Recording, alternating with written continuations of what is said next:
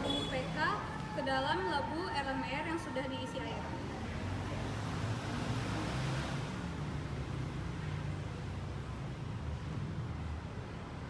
Setelah itu kita aduk.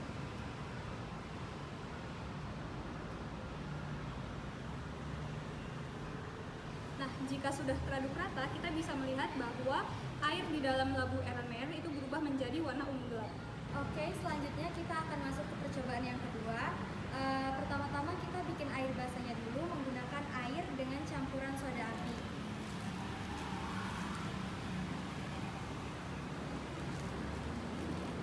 Aduk hingga semuanya tercampur. Lalu kita masukkan ke Erlenmeyer ini.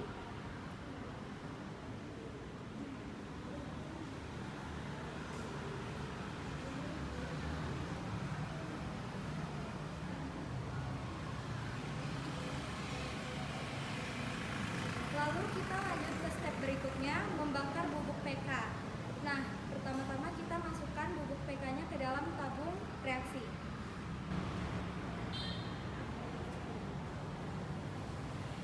Setelahnya, kita nyalakan api dari spiritus ini menggunakan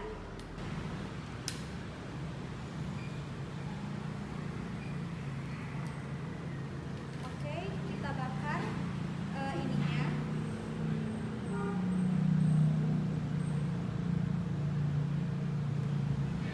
Fungsinya ini adalah untuk mengecek apakah dia masih ada oksigen di dalam tabung tersebut apa tidak. Jadi kita masukkan sumpit yang tadi sudah kita bakar.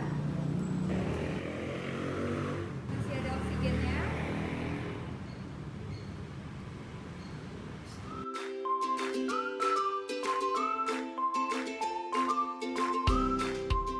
A few moments later. Ini udah nggak ada api yang menyala di dalamnya, berarti oksigennya udah habis.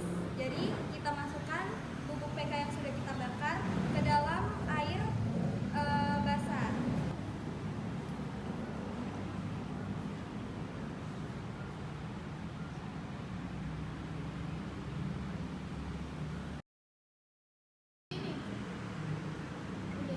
Kita aduk.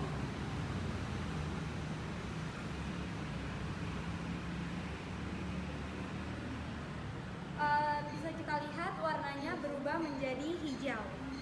Oke, selanjutnya percobaan yang ketiga, ini sudah berisikan dengan air biasa. Lalu kita masukkan bubuk PK yang sudah dibakar ke dalam ini yang air biasa ya.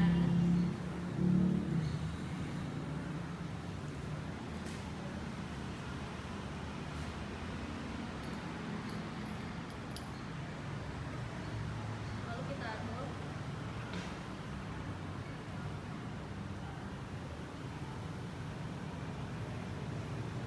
Nah, di sini teman-teman bisa lihat warnanya sudah berubah menjadi agak coklat-coklat gitu. Dan kita bandingin dengan percobaan yang pertama. Ini bisa dilihat bedanya. Oke. Baik, pada percobaan labu RMR yang keempat ini, kita akan terlebih dahulu membuat campuran Fixal dan Vanix.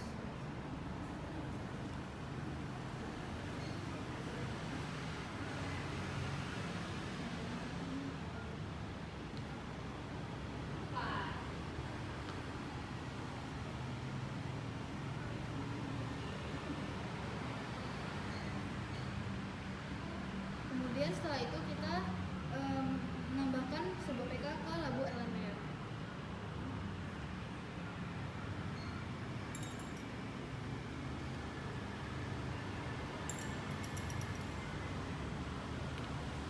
Lalu kita aduk.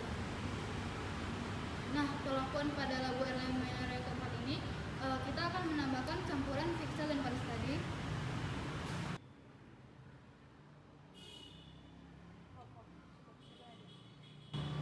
Kemudian kita adukkan.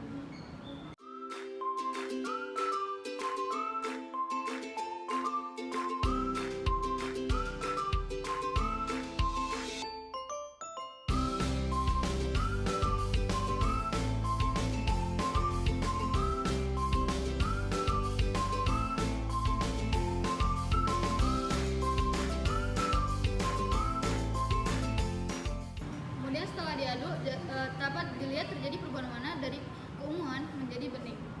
Nah, ini menandakan terjadinya penurunan bilangan oksidasi menjadi +2.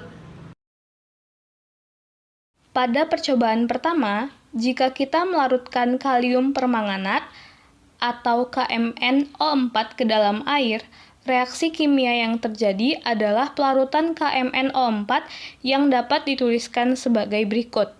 Nah, reaksi ini menunjukkan bahwa padatan kalium permanganat jika larut dalam air maka akan terionisasi dan menghasilkan ion kalium atau K+, dan juga ion permanganat atau MnO4-. Nah, ion permanganat inilah yang menjadi alasan atas warna ungu gelap yang dimiliki oleh larutan. Pada reaksi ini, bilangan oksidasi mangan pada ion permanganat tetap +7, karena ini adalah proses pelarutan, tidak ada perubahan biloks yang terjadi.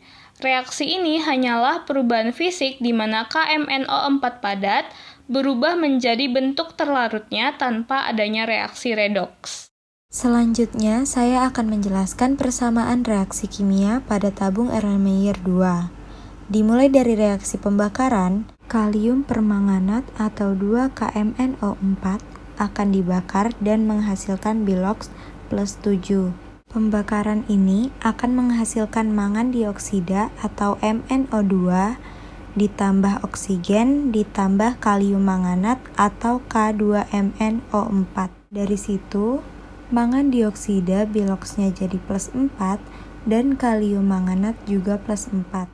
Lalu kita lanjut pada persamaan reaksi kimia terhadap proses pelarutannya. Mangan dioksida atau 2MnO2 hasil pembakarannya memiliki biloks +4. Mangan dioksida ini akan dilarutkan dengan natrium hidroksida atau NaOH ditambah oksigen. Dan ini akan menghasilkan sodium permanganat atau 2Na2MnO4 yang memiliki biloks +6 ditambah H2O. Jadi pada percobaan kedua ini, yang merubah warna larutan menjadi hijau adalah sodium permanganat. Reaksi pada percobaan ketiga yaitu berubah warna menjadi pink kecoklatan atau merah bata. Nah, sebelumnya PK yang belum dibakar itu reaksi KMnO4. Setelah dibakar menjadi reaksi K2MnO4. Nah, serbuk PK yang sudah dibakar ini dicampur dengan air biasa. Itu menjadi reaksi MnO42- ditambah 2H2O menghasilkan MnO2 ditambah 4OH-. Nah, itu biloksnya ada +6 di bagian MnO42-, 2H2O-nya 0, MnO2-nya +4 dan 4OH-nya -1. Nah, jadi jika dibandingkan dengan percobaan yang pertama, itu ada percampuran dari biloks +7 dan biloks +4. Jadi, pada reaksi yang keempat, pada tabung Erlenmeyer keempat, terjadi reaksi antara serbuk PK yang mengandung KMnO4 atau kalium permanganat dengan H2O2 atau hidrogen peroksida dari Vanis, dan juga ada HCl atau asam klorida dari Fiksal, yang kemudian menghasilkan 2MnCl2 ditambah 2KCl ditambah 8H2O ditambah 5O2. Dari perhitungan bilangan oksidasi yang sudah dilakukan, dapat dilihat bahwa terjadi perubahan biloks, yaitu reaksi reduksi pada Mn atau mangan yang sebelumnya +7 menjadi +2. Dan reaksi oksidasi pada oksigen yang sebelumnya oksigen dengan biloks -1 menjadi oksigen dengan biloks 0. Nah, dapat kita simpulkan bahwa dalam percobaan ini terjadi reaksi oksidasi dan juga reaksi reduksi. Sebelumnya, mangan dengan biloks +7 memberikan warna ungu pada larutan, yang kemudian biloksnya turun atau berubah menjadi mangan dengan biloks +2 yang membuat larutan tersebut tidak berwarna. Oke, jadi ini ada hasil dari 4 percobaan yang telah kami buat. Ini percobaan pertama, hasilnya berwarna ungu